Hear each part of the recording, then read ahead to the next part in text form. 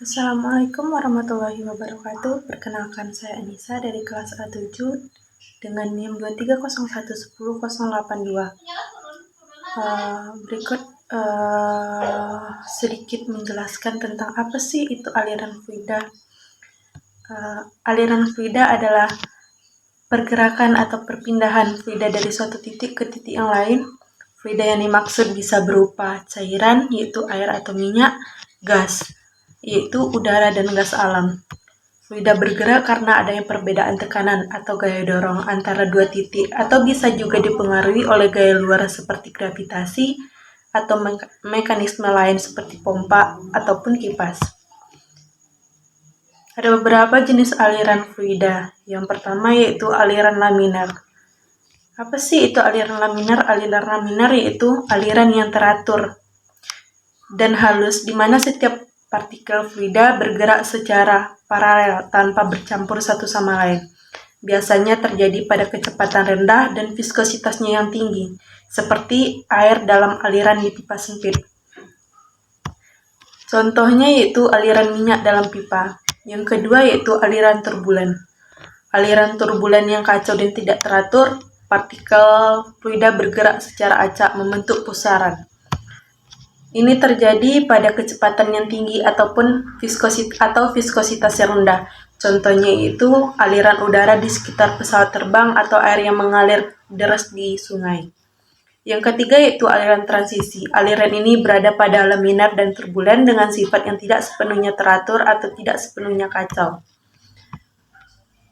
Ada beberapa faktor yang mempengaruhi aliran fluida. Yang pertama yaitu viskositas atau kekentalan. Viskositas adalah ukuran kekentalan fluida. Fluida dengan viskositas yang tinggi seperti madu akan mengalir lebih lambat dibandingkan dengan fluida dengan viskositas yang rendah seperti air.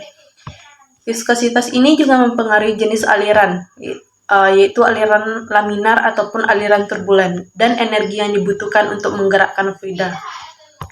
Yang kedua yaitu densitas. Densitas adalah massa persatuan volume fluida. Fluida dengan densitas yang lebih besar membutuhkan lebih banyak tenaga untuk dipindahkan, begitupun sebaliknya.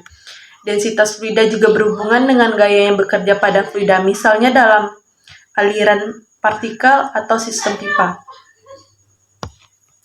Yang ketiga yaitu tekanan. Tekanan adalah gaya persatuan luas yang bekerja pada fluida. Perbedaan tekanan antara dua titik dalam satu sistem akan menyebabkan fluida mengalir dari area tekanan tinggi ke tekanan yang lebih rendah. Tekanan berperan penting dalam mengendalikan kecepatan dan arah aliran fluida. Yang keempat yaitu geometri saluran. Bentuk dan ukuran saluran tempat fluida mengalir mempengaruhi laju aliran dan hambatan. Saluran yang lebih sempit atau berliku-liku akan memperlambat aliran fluida dan menambah gesekan, sedangkan saluran yang lebih besar memungkinkan aliran lebih lancar. Panjang tekstur saluran juga mempengaruhi gesekan dan hambatan terhadap aliran. Ada dua hukum dasar aliran fluida. Yang pertama itu hukum kontinuitas. Hukum ini menyatakan bahwa jumlah fluida yang masuk ke dalam saluran harus sama dengan jumlah fluida yang keluar. Jika tidak, akan ada perubahan volume pada fluida. Jika fluida dalam pipa dan memiliki diameter saluran semakin kecil, maka kecepatan aliran akan semakin besar agar fluida yang lewat tetap sama. Sebagai contoh yaitu aliran air melalui pipa yang menyempit. Yang kedua yaitu hukum Bernoulli. Hukum ini menjelaskan hubungan antar kecepatan aliran, tekanan, dan energi potensial di dalam fluida. Hukum Bernoulli juga menyatakan bahwa penurunan tekanan dalam aliran fluida akan berhubungan langsung dengan peningkatan kecepatan fluida dan sebaliknya. Seperti contoh yaitu jika fluida melewati daerah yang lebih sempit atau saluran mengecil, kecepatannya akan meningkat dan tekanannya akan menurun. Nah, untuk penerapan aliran fluida sendiri ada beberapa sebagai contoh. Yang pertama yaitu sistem drainase dan saluran air.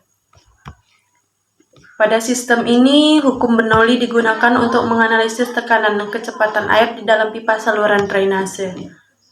Pipa drainase yang terlalu sempit atau panjang dapat memperlambat aliran yang dapat menyebabkan genangan air atau banjir. Yang kedua yaitu desain jaringan pipa. Di sini hukum kontinuitas membantu dalam menentukan diameter pipa yang sesuai, memastikan aliran fluida yang efisien dengan mengalirkan air atau limbah tanpa mengalami penurunan tekanan yang signifikan. Viskositas fluida seperti air atau limbah berpengaruh pada perencanaan pipa. Fluida dengan viskositas yang tinggi memerlukan pipa yang lebih besar atau pompa tambahan yang mengatasi hambatan aliran. Assalamualaikum warahmatullahi wabarakatuh.